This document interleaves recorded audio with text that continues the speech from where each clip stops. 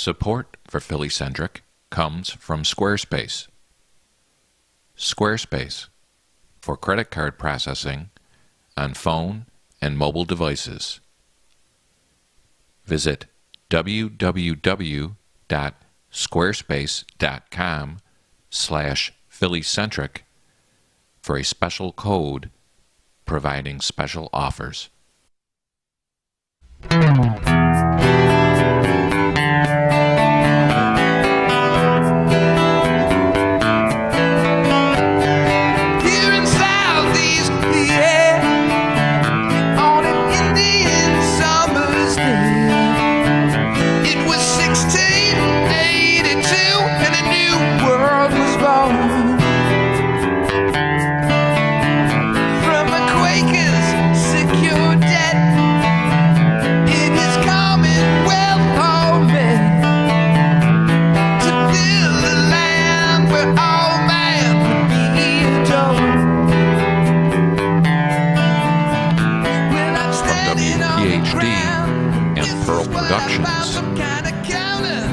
This is PhillyCentric.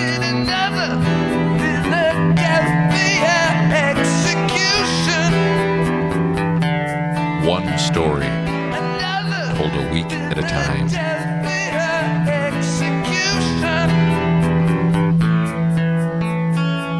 Philadelphia Execution. A true story of murder and American justice. By Emmi. Episode 7. Juror Reflections.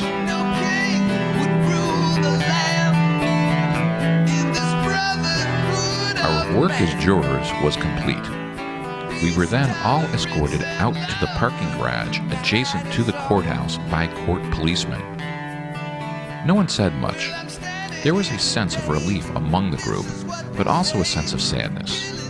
It was that kind of surreal feeling you get at transitional moments in your life, like graduation from school. You know you shared an emotional experience with these individuals, and in one way you left your impression on them, and they left their impression upon you. Breaking the bond and moving on was inevitable, yet some type of emotional link was formed among all of us that induced moving reflection while being severed. When I got into my truck, I knew I didn't want to head home and eat dinner alone.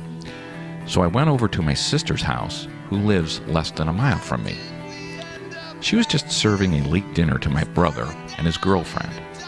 My sister said, "Perfect timing. I have extra food and all I need to do is to set an extra place." I rehashed my story on a high peripheral level. There was no way I could accurately convey the details of what I went through that week. After dinner, I went home, but I was still too charged and restless to unwind. I didn't want to sit in the house rehashing the trial over and over again in my head. It was too late to call anyone to go out, so I just headed out alone. I went out to a few of my local drinking establishments. I walked to them because I knew I was going to throw back a few that night. First stop was a small piano bar where I used to play a weekly gig a couple of years earlier. The bar help had since changed, but the baby grand piano was still there. There were a few bar patrons there, and I ordered a 7 and 7 and took my time drinking it.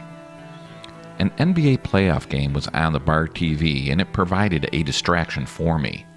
I finished the drink and ordered another. The bar was clearing out at that time, and there were maybe 4 people left. I asked if it was okay if I played the piano. The barmaid said fine. When I sat down at the piano, I recalled how uncomfortable the piano bench was. Some keys were also slightly out of tune, as I remembered them being when I played there. I just played around with some jazz chord progressions, and then played a bit of Linus and Lucy. My heart wasn't into playing, and playing wasn't working as a distraction. A couple of people clapped when I finished. I didn't even realize they were listening. It was a forgettable performance on a piano that needed tuning. I finished my second drink and went out to a local Irish bar. This second bar was fairly crowded, and I derived benefit from the anonymity of being amongst a crowd. A bad three-piece band was playing, or attempting to play, 70 classic rock tunes. I think I threw back 3 Budweisers, and then I saw the barmaid from the previous bar I was in. She was with her boyfriend, and I thought that was a good sign for me to stay ahead of the posse and move on to the next watering hole. My final stop was a college bar where at least half the patrons were 10 to 15 years younger than myself. They had Yingling on tap, so I had a few pints before they turned the lights up for closing time. In the light, I could see that many of the bar patrons were just a few years older than Bryant Childs. I had about 9 drinks that night, and I don't think I enjoyed any of them. I was drinking to numb myself, not to have a good time. I walked back home with enough of a buzz to put me to sleep quickly. On Sunday night, Dick called me at home. He said he was surprised at how much he thought about the case over the weekend. It was also on my mind constantly. He thanked me for my efforts and told me he appreciated my thoroughness. He said it helped ensure him that he wouldn't second-guess himself sometime in the future. I've often wondered if any of the other jurors shared that same sentiment. He had a friend who worked in the courthouse, and I guess the courthouse scuttlebutt was that they were surprised that we deliberated as long as we did. It didn't seem that long to me, considering we were deliberating first-degree murder for a juvenile. Regardless, I'm sure we made the right decision on that Friday, and I've become more certain of that as each day passes. I recently thought, if that wasn't first-degree murder, then what is? Bryant Childs was judge, jury, and executioner to Stephen Smith. He killed him with a finality that a butcher slaughters a pig. 2 premeditated point-blank gunshot wounds to the head. My guess is that it was probably more about drugs and money than about a girl, but I'll likely never know for certain. I'm not sure it matters. Dick told me to feel free to call him if I needed to talk about it. I didn't. In fact, I've rarely spoken about the whole event to anyone. I don't think I could convey the experience in a way that someone could fully appreciate.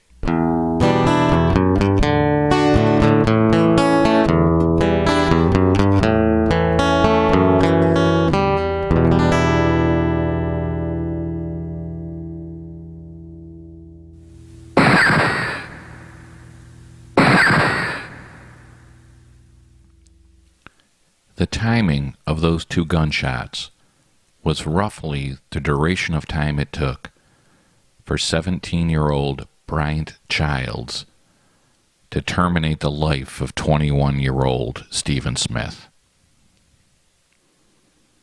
What a tragic waste.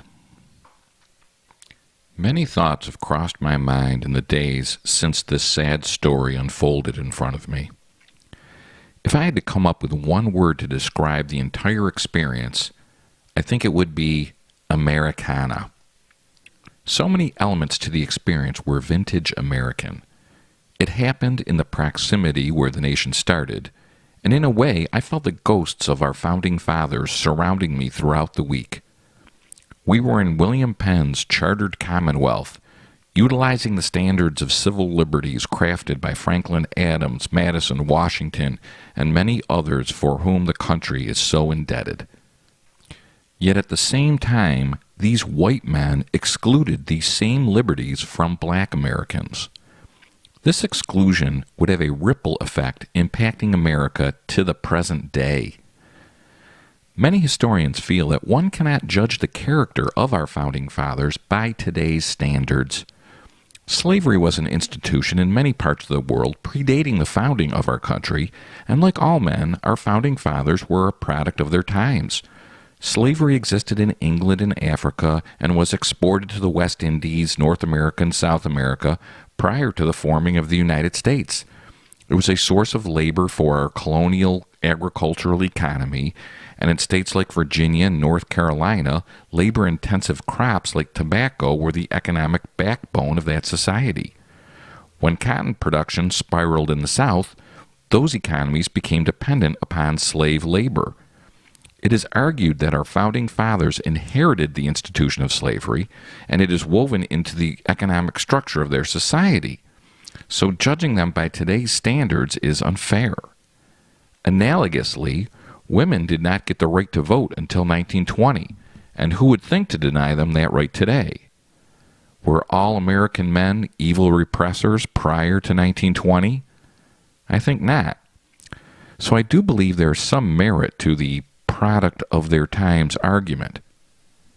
Still, on a primal level, can a white man look upon a black man and conclude he is not a man? Can a black man look upon a white man and come to that same conclusion? We all walk on hind legs, have the same body parts, engage in written and spoken language, can be educated, and all of that was also true in the Revolutionary period. Once more, part of the social discourse at that time vehemently protested the institution of slavery. John Adams called it an evil of colossal magnitude. William Penn's Quakers forbid the practice of slavery years before the creation of the United States. Washington and Jefferson proclaimed liberty and justice for all, yet at the same time were slave owners. Washington had 8 slaves in total while living in Philadelphia as our first president. 2 of them, Hercules, his chef, and Oni Judge, Martha Washington's personal maid, escaped to freedom, leading one to believe they wished to be emancipated like many other blacks were in Philadelphia at that time. They had the best clothing and lived in the best house in America and still strove to be free, thereby largely invalidating the notion of the contented slave. Jefferson publicly decried slavery and was known to be a fierce abolitionist. Yet at the same time, he owned between 100 to 200 slaves at his Monticello plantation. These slaves worked hard in the fields, sustaining Jefferson's economic prosperity. He bought and sold these human souls and even used them as currency to pay off debts. He never emancipated any of them in his lifetime. Undoubtedly, at least some of our founding fathers were aware of the exploitation of humanity that was inherent in slavery, yet still engaged and profited from it. Clearly, the failure of these men to recognize that all men, regardless of race, are equals, resulted in ramifications that are still apparent in our country today. I felt not only the influence of the nation's framers of the Revolutionary period, but also those who participated in what is widely thought of as the Second Revolution, the Civil War, and all of the ramifications that resulted from that bloody sacrifice. Over 600,000 men, mostly white, died in this struggle, largely to free slaves. Government-sanctioned racial enslavement ended with the war, but it ushered in racial segregation that is still apparent in our society today. This polarizing racial element, which has been intertwined in our judicial, social, and cultural institutions since the founding of our country, was present during that week. Philadelphia has a steep tradition regarding institutions of criminal incarceration and rehabilitation. Eastern State Penitentiary, located in Philadelphia, was the country's first penitentiary. Inmates there were isolated and not held in groups as they were in previous prisons. This was an innovative concept at the time, and the Quakers thought that an isolated criminal could better engage in penance for his criminal conduct. Bryant Childs was incarcerated, and we were to determine if he would spend the majority of his adult life in that same circumstance. America has always been synonymous with military might. We ushered in the use of the ironclad warship, trench warfare, the machine gun, ICBMs, and the atomic and nuclear bombs. We are the world's last remaining superpower, due in large part to our military-industrial complex. I am the child of a military veteran, and we had 3 jurors who had long stints in the U.S. military, so a military ingredient was also present. There was senseless, fatal gun violence, which is such a staple to the modern American experience that everyone from children to presidents have been victimized by it. Whether at Columbine, a U.S. post office, or Sandy Hook, senseless gun violence has become as American as apple pie and baseball. It happens every weekend across our country, especially during the summer. And there were 12 strangers gathered together, citizenry peers of the defendant, instructed to assume his innocence and to weigh all the evidence in determining his guilt. Although it was a rough ride, the system worked in so much as it produced the best verdict, via all evidence being considered by 12 of the defendant's peers. The experience reminded me of a used 1977 Chevy Nova I bought when I was just a teenager. It was a 3-speed standard on the column, sometimes referred to as 3 on the tree. It was sluggish, a bit outdated, and not the most stylish car on the road, but it worked and got me to where I needed to go most of the time. If I had any type of regret in the days immediately following the experience, I thought to myself, what would have been the harm if we took the weekend to think it over and made our decision on Monday? I know that in my case, after having a few days pass, I felt more confident in my guilty vote. Maybe we should have taken the weekend to have everyone either solidify their position or tangibly reconsider it. I then had a discussion with my sister-in-law. She told me of an experience she had as a juror where the case had to be retried because the jury had been tainted. Apparently, one of the jurors knew an employee of the court, and they discussed the case, so the case had to be retried. It made me think that if we had given it the weekend, maybe some type of external, unanticipated problem could have arisen. A juror could have discussed the case over the weekend with someone, that someone could have come into court, and we could have had a compromised jury. Additional time would not have changed my mind, and that sentiment was expressed by all the other jurors. Introducing additional time also introduced additional risk, and I didn't consider that point until after the fact. All things weighed, it appeared that delivering our verdict on that Friday was the wisest course of action. I can confidently conclude that the event was a classic case of senseless gun violence, where the lives of juveniles were either taken or forever altered. Lives and families were shattered needlessly. It was the 3rd execution-style murder in Chester that year and the 14th murder in that small city over the same time period. Drugs and gun violence are as common a social occurrence in Chester as a visit to Baskin-Robbins ice cream on a warm summer evening is in my community. It's woven into the social fabric. What does that say about a community that perpetuates this kind of social norm? The lives of juveniles are discarded there heedlessly. Is selfish egocentrism and inflated self-pride so prevalent in that neighborhood that empathy for others, especially children and juveniles still in developmental years, practically non-existent? In the 5 Points in the mid-1800s and Little Italy at the turn of the century, and even in south-central Los Angeles today, preteens are inducted into gangs and taught criminal conduct and values before they even read their first book. Their adult free will to pursue a life of their own choosing was thwarted before it even started. It is as if they were predetermined to become criminals, thereby sacrificing their own future and the potential future of their respective communities. This type of violence has been going on for decades. What does that say about a society that tolerates and accepts this cultural community standard? We send shuttles into space every month, our military across the world to fight dictators, and we sell sneakers with red flashing lights blinking in the heel for $250 a pair. Yet we tolerate juveniles carrying handguns and executing one another on our city streets.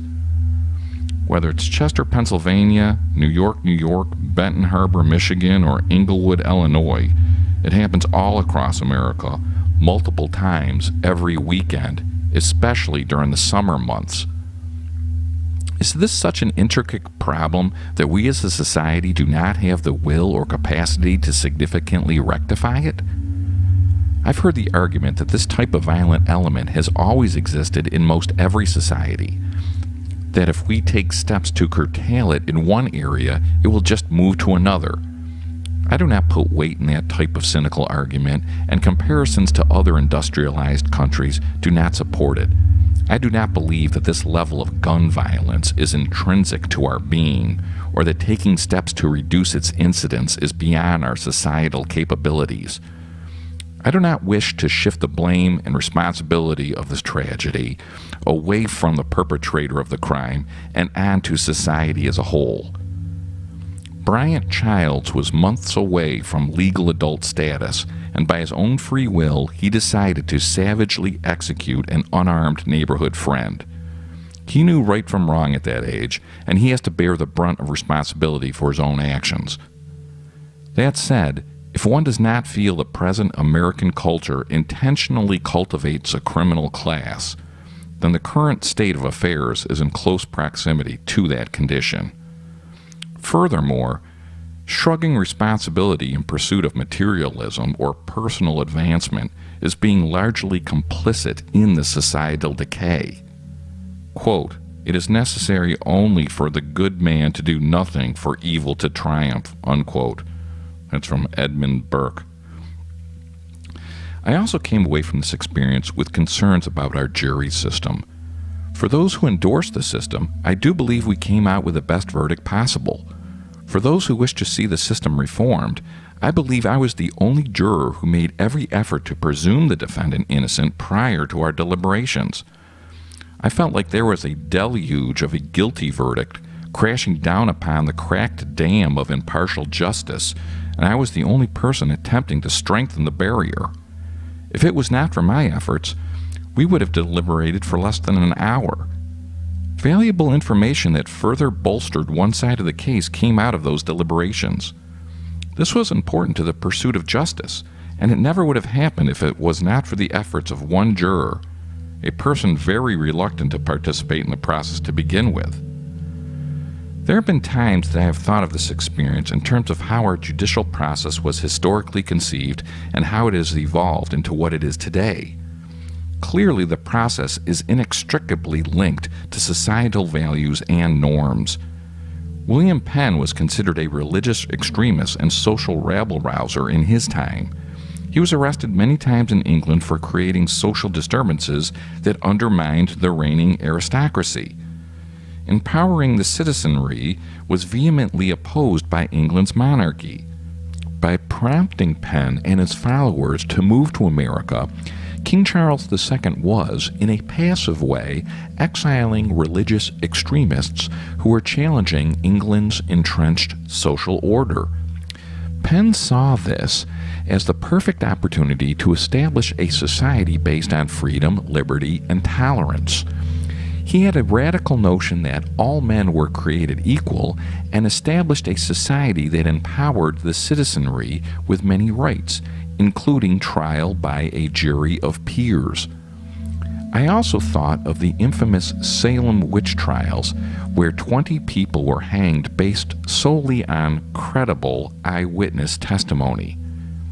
8 years prior, in 1684, Pennsylvania had its own witch scare just a few miles from where the Delaware County Courthouse now stands. 2 Swedish women, Margaret Matson and a Mrs. Hendrickson, who only spoke broken English, were accused of practicing witchcraft. The penalty for witchcraft under English common law was death. William Penn stepped in and diffused the situation, and both women were acquitted of the charges. In my case, a single eyewitness was all that was required for the majority of jurors to convict. In some ways, our judicial process has progressed. In others, it seems to have digressed. In 1792, a Dr. Nicholas Colleen, a prominent member of the American Philosophical Society and close friend of Benjamin Franklin, cited concerns about the American judicial system. He saw that much of British law was retained after the Revolution and felt that these old laws did not well suit the new conditions. He thought the court system was a good institution, quote, when people in general are educated and able, but when the opposite condition prevails, it is impractical because its members are taken promiscuously from the public without regard to their ability or education, and the personnel is renewed at each court, even with each case," unquote. In challenging cases, Colleen states the jury may commit terrible mistakes. Today we have jury consultants, court venue shopping, criminal defense based in large part on fiscal resources, a transient, meagerly documented, and significantly untenable citizenry, and many other aspects of the process that seem as far removed from the original tenets as the internet is to the quail feather pen and ink blotter. Although race was not an aspect of any evidence or testimony, it still had a subtle presence throughout the experience, for me at least. First, the alternate juror brought to my attention that the entire jury was white.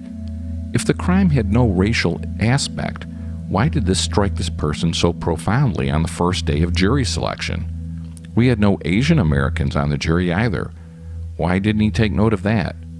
When we deliberated, terms like "those people" and the mimicking of black slang occurred. Would that have happened if one of our jurors were black? Should ethnicity be a contributing factor in determining the quality of discourse in jury deliberations? Shouldn't that be a non-factor? Many things about the experience were black or white, but not both. The jury was white. The victim and the defendant were black. Delaware County is largely white. Chester is largely black. The blacks and whites watching the trial sat separately amongst each other. Obviously, these partitions are more than perchance. This racial segregation has an impact on our society, no question. It may be bad, good, or indifferent at times, but it certainly has an effect. The analogy of how the Earth's orbit influences weather comes to mind. It's always there, even when you are only considering daily weather patterns.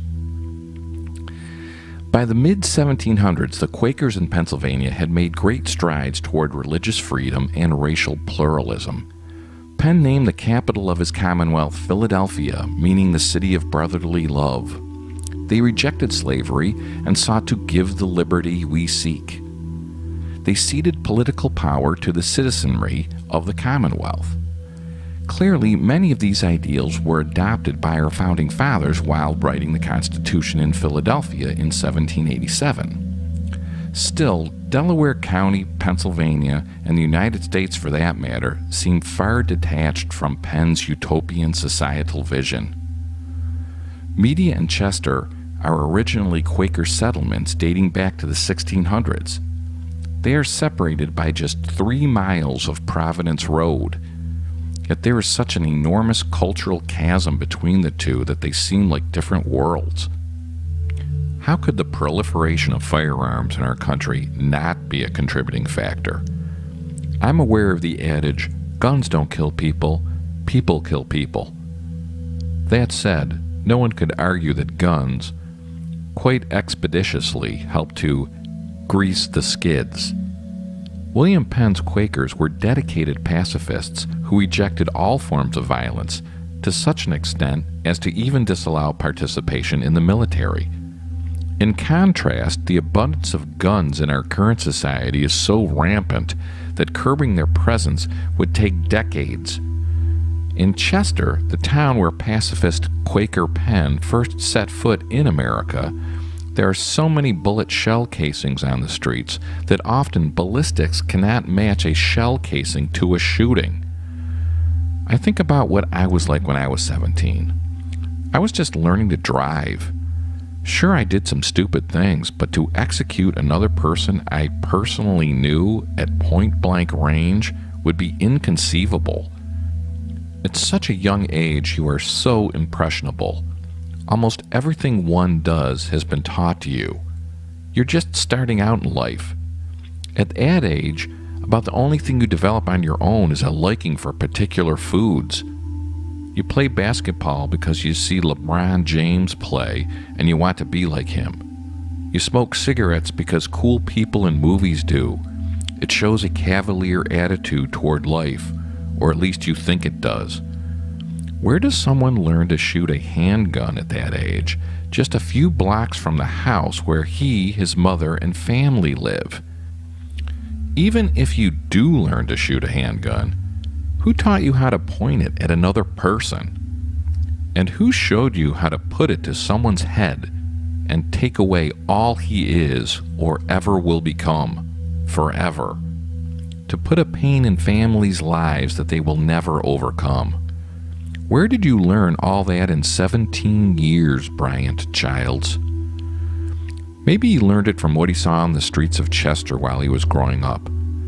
They say violence breeds violence, and maybe he became a product of his environment. Maybe he is modeling the constant flood of audio and video violence that is pumped into our youth culture. His nickname was Biggie, no doubt a reference to Biggie Smalls, the one-time drug-dealing gangsta rapper who was a gunshot murder victim. There's no question that a segment of our youth aspires to becoming gangsta rappers. Beanie Siegel is a rapper from Philadelphia in his 30s with a gold-certified CD.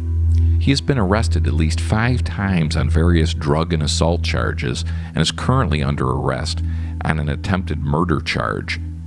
In his song, Watch Your Bitches, Siegel says, "As far back as I can remember, I always wanted to be a gangster." How big of a role did parental responsibility play? Why did Mrs. Childs leave her kids out in such a dangerous neighborhood at that time in the morning? I came away with the strong feeling that this was status quo parenting in the Childs household. Should this lack of parental supervision be acceptable in our society? The combination of easy access to lethal weapons, commercially glorified violence, mind-altering narcotics, poverty, and unsupervised juveniles is obviously a harmful environment for an adolescent. Will anyone be surprised if 15-year-old Randy Childs, Bryant's younger brother, commits a violent crime in the foreseeable future? Unanswerable questions like these haunted me for days. This weekend, I'll be taking my 17-year-old niece out to practice her driving. She just got her learner's permit, and the last time I went out driving with her, she was too scared to attempt to parallel park for the first time. I have a feeling I'll be thinking about Bryant Childs and what lessons he learned at that same age.